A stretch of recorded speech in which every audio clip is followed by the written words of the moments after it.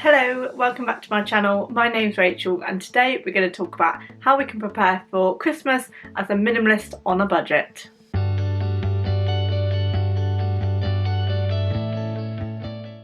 Okay, so I totally realise it is the end of September, but actually this is a bit late for starting for Christmas.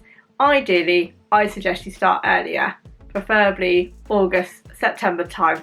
I used to have it so that I had all Christmas presents bought by September and then I didn't have to worry. But let's talk about how we can be a minimalist during the Christmas period and how we can reduce our spend as well. So this is looking at how we can prep for Christmas as a minimalist. I think usually we go overboard, we can easily spend money on new decorations, extra little gifts, and the budget for Christmas becomes big. The budget is kind of inflated and is kind of not budgeted. The budget goes out the window, doesn't it? We kind of keep buying little things, knickknacks, and we build up and we end up having all these things that we've then got to give to people that don't necessarily want them, or they've got to find ways of housing them when they don't necessarily need all those things. So let's talk about how we can prep for Christmas as a minimalist and sticking to a budget. The first thing you need to do is to write a list of who you are going to purchase for. This is really important because I think it can easily get into a habit of doing every single person you've ever met and buying them little gifts. That's just not achievable, that's not doable, and it's unnecessary. It's buying gifts for people that you don't necessarily need to. And it's about having valuable interactions, isn't it? And worthwhile experience with those people. So think about how you share those Christmas festivities with each other.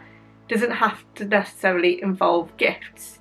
So when you're thinking about acquaintances, actually could you all put in, if you're like part of the same club or something, could you do a Secret Santa where you're only buying one gift within like a large group, but everybody gets a gift and it's all a mystery and that's a little bit of fun. So we tend to do that at work. We have a Secret Santa and then I know I only have to buy one gift for that group of people. And that's reducing the amount of additional gifts you're needing to buy. Think carefully about who you want to purchase gifts for. So I tend to keep that to obviously family members and close friends only. For other friends, I tend to try and make time for them and do experiences like having dinner together or a coffee together around the Christmas period instead. And that's something that we've kind of mutually agreed on.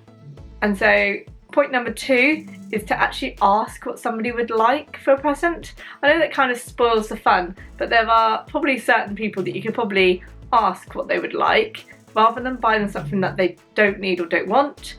Buying something that they specifically would like reduces the chance of it being an unused gift. So it's putting the value into it by having a purpose. Number 3 is to actually agree a budget with friends and family members. Is it that you're going to, on certain friends, you're only going to have £5 budget and you just buy something in that range to make it fun and just a cheeky little gift? Or do you have more family members that you might have a £10 or £15 budget? It doesn't have to be big budgets for the thought and effort to be there. And sometimes that can get you to be a bit creative and think outside the box and see what you can get for your money. So I've done that before where I've had a really cheap Christmas with an ex-partner and we had a budget of like £20 each and we just got as many things as we could. And actually there were loads of sales on just before and I was able to get quite a lot of items for £20 and they were all kind of things that they wanted. So it worked out okay. But I think if you have a budget that's agreed with one another, you're not going to then have the guilt of buying something more expensive and then buying something less and then all the other way around, and there's guilt associated with the kind of cost that comes with that and feeling like you haven't given enough. My 4th tip is to buy second-hand where possible. I know that doesn't work for everything, but when you're thinking about children, do they need it in a packet to know that it's the toy that they want?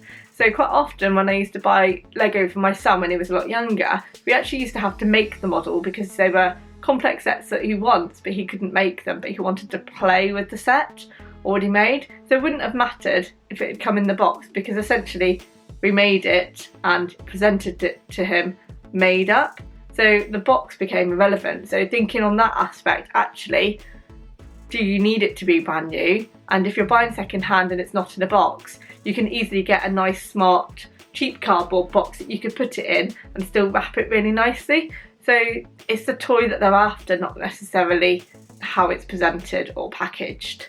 So have a think about how you can utilise maybe second-hand items. And when it comes to technology and things like that, when I've bought stuff for my son, I've quite often bought second-hand, and he's fully aware of that. As long as they function and do the job, that's all that matters. That's what the person wants. So it's just about getting the best for your money.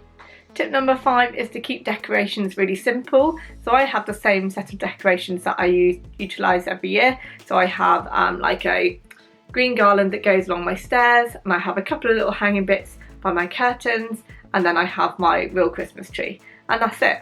That's all I have. I don't tend to do lots of little tinsel or like little ornaments.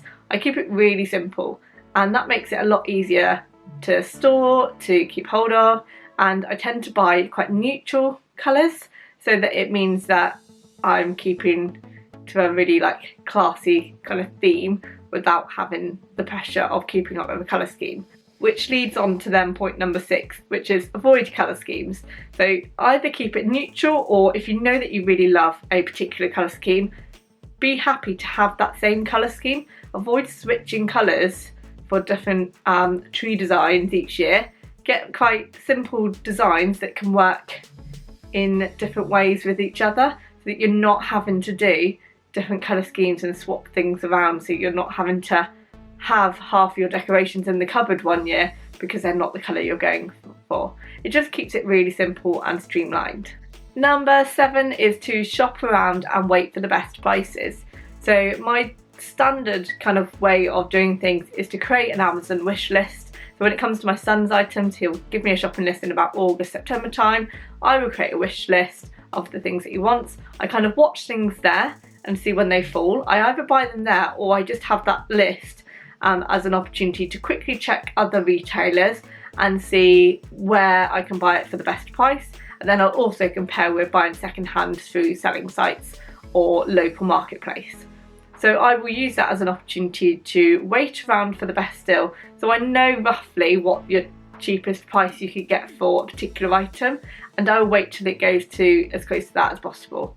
So usually with like Lego, if it's a £45 set and there's one available for around £30, I know that's probably the cheapest I'm going to get it if it's like close to new condition, so I will tend to buy it there. So that's still saving me £15 on a Lego set. So that's the kind of way I approach it. And finally, tip number 8 is to start as early as possible for shopping for Christmas. So I tend to start in around August, September.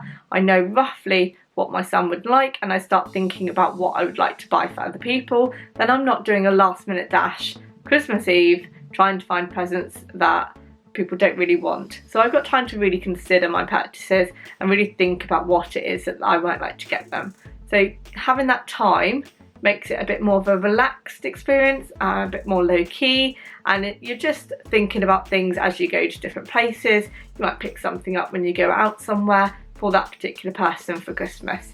So you already have an idea of what it is you've got in your head that you want to buy for them. But having that time is really valuable. It means that you can wait around for the right price. It means that you can think carefully about what you're going to purchase for them, and you can really get the items within a comfortable time frame so you're not pressured. So those are my 8 tips for how to have a minimalist Christmas on a budget, and about making sure that preparation is there. Preparation is key for anything, and this is precisely what makes it minimalist and stress-free, is that you've got the time, the patience to deal with it, and also a nice low-key budget. So you should know exactly what you're going to be buying and exactly how much it's going to cost, so that you're not doing those random purchases and going off onto a different kind of way of thinking for Christmas. It just keeps it together and organised. Don't forget, I do more videos on decluttering, minimalism and my no spend year, so don't forget to check them out, and give this a thumbs up if you've enjoyed it today, and don't forget to comment below as to whether or not you've started your Christmas shopping already too. And I shall see you soon. Take care. Bye.